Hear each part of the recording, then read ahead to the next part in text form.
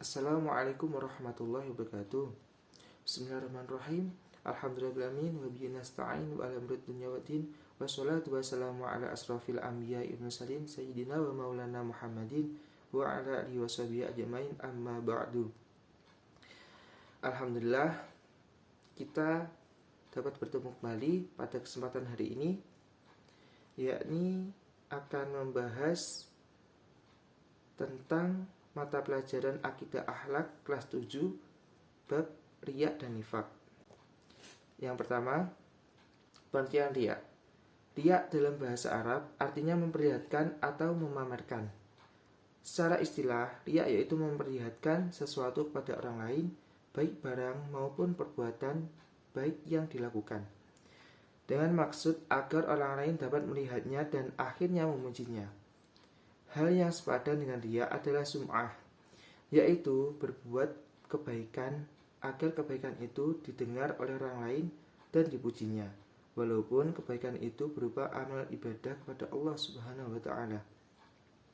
Dengan demikian, orang yang riya berarti juga sum'ah, yakni ia memperoleh pujian dari orang lain atas kebaikan yang dilakukannya. Poin kedua, bentuk-bentuk perbuatan riya dalam kehidupan sehari-hari. Yang pertama, seorang siswa senang melaksanakan sholat duha atau sholat duhur dengan harapan supaya dapat dinilai gurunya. Jadi, pada contoh pertama ini, siswa itu berniat sholat duhur atau sholat duha dengan tanpa semata-mata beribadah kepada Allah, namun dengan mencari nilai baik dari gurunya. Yang kedua, contoh kedua, Bapak Taufan membantu pesantren di kampungnya, namun agar panitianya mengumumkan dari hasil sumbangannya, dengan maksud agar jamaah menilai dirinya ahli sedekah. Nah, ini kembali lagi pada niat. Pada hal ini, niat Bapak Taufan itu sedekah hanya untuk dipandang ahli sedekah aja. Jadi enggak dengan niat mencari ridho Allah, tapi mencari niat ahli sedekah. Untuk contoh yang ketiga, yakni seseorang yang mengadakan aksi sosial, misalnya membantu korban banjir, gempa bumi, menyantuni anak yatim di hadapan banyak orang dengan maksud agar ditayangkan di TV atau radio. Nah, ini termasuk seseorang yang niatnya itu hanya untuk pansos dan tidak ada niatan ikhlas untuk membantu orang-orang yang terkena bencana ataupun menyantuni anak yatim. Selanjutnya, dampak perbuatan riya. Dampak perbuatan riya antara lain, yang pertama, riya termasuk perbuatan syirik kecil. Syirik kecil yang dimaksud di sini yakni melakukan sesuatu tidak karena semata-mata karena ridha Allah, namun karena ingin dipuji, ingin pamer. Nah, itu yang termasuk perbuatan syirik kecil. Yang kedua, menghilangkan amal kebaikan. Nah, di sini kan seharusnya kita itu beribadah hanya kepada Allah, hanya karena Allah, hanya berniat ikhlas karena Allah, bukan karena ingin mendapatkan pujian dari orang lain. Nah, di sini menghilangkan amal kebaikan kita atau pahala kita nantinya. Yang ketiga, mendekatkan seseorang pada kekafiran. Maksudnya kekafiran di sini itu kembali lagi pada poin pertama tadi, yang perbuatan syirik kecil. Karena suatu perbuatan ibadah itu didasari dengan perbuatan yang ingin dipuji orang gitu, bukan karena Allah. Selanjutnya, cara menghindari perbuatan riya.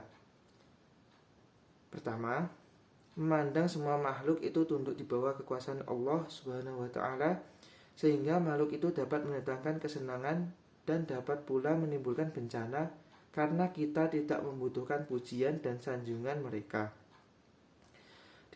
Yang kedua, tidak mudah bangga akan atas pujian yang diberikan orang lain. Yang ketiga, membiasakan diri melakukan sesuatu dengan ikhlas. Yang keempat, melatih diri untuk bersedekah secara sembunyi-sembunyi dengan maksud untuk menghindari pujian dari orang lain. Selanjutnya, nifak. Perayaan nifak secara bahasa berasal dari kata nafiko, yang artinya salah satu lubang tempat keluar yarbu atau hewan jenis tikus dari sarangnya. Nifak juga berasal dari kata nafak, yaitu lubang tempat bersembunyi. Nifak juga berarti bermuka dua. Menurut istilah, nifak yaitu sikap yang tidak menentu, tidak sesuai antara ucapan dengan perbuatan. Perilaku seperti ini hakikatnya adalah ketidaksesuaian antara keyakinan, perkataan, dan perbuatan. Atau dengan kata lain, tindakan yang selalu dilakukan adalah kebohongan, baik terhadap hati nuraninya, terhadap Allah Subhanahu wa Ta'ala, maupun sesama manusia. Orang yang melakukan perbuatan nifak disebut munafik. Selanjutnya, ciri-ciri atau bentuk sifat nifak. Yang pertama, beriman hanya sebatas lisan. Yang kedua, hanya berpikir jangka pendek, yaitu kekayaan duniawi semata. Yang ketiga, terbiasa dengan kebohongan, ingkar janji, dan khianat. Yang keempat, tidak punya kepastian dalam berpikir dan bertindak. Selanjutnya, dampak perbuatan nifak. Yang pertama, tercela di hadapan Allah Subhanahu wa Ta'ala dan sama manusia. Yang kedua, hilangnya kepercayaan dari orang lain atas dirinya. Maksudnya ini ialah kan orang munafik itu kebanyakan berdusta, berbohong, dan ingkar janji. Jadi hilangnya kepercayaan orang lain atas dirinya. Yang ketiga, mempersempit jalan untuk memperoleh rezeki. Nah, jadi ini kelanjutan dari poin kedua tadi, yakni kehilangan kepercayaan dari orang lain atas dirinya. Banyak orang yang menolak seseorang yang munafik itu tadi untuk melamar pekerjaan. Nah, itu mempersempit jalan untuk memperoleh rezeki. Yang keempat, membuka peluang munculnya fitnah karena ucapan atau perbuatannya yang tidak menentu.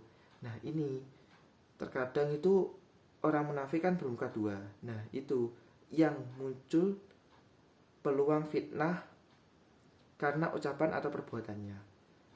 Yang kelima, dapat memancing perselisihan yang berlanjut pada putusnya tali silaturahim.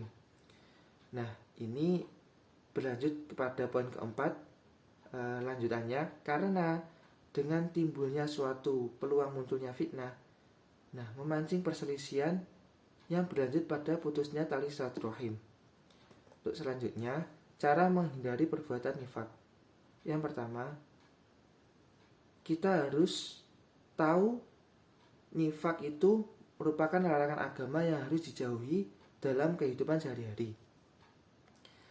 Yang kedua, nifak akan merugikan diri sendiri dan orang lain sehingga dibenci dalam kehidupan bermasyarakat. Yang ketiga, senantiasa berperilaku jujur dalam menenteramkan hati dan juga disegani dalam masyarakat. Demikianlah materi pembelajaran tentang bab riya dan nifak. Semoga dapat bermanfaat bagi kita semua. Amin. Sampai jumpa di pertemuan selanjutnya. Akhirul kalam. Assalamualaikum warahmatullahi wabarakatuh.